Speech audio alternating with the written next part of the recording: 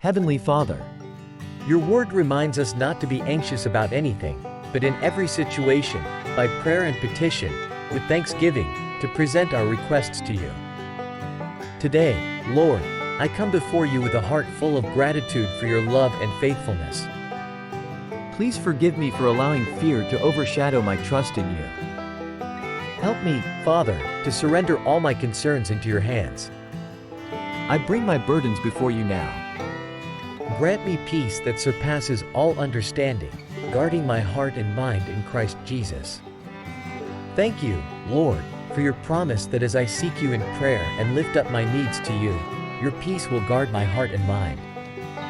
Strengthen my faith and help me to always turn to you first in every situation. In Jesus' name, amen. Comment amen for God's blessings to come true in your life. Subscribe to our channel for more daily prayers.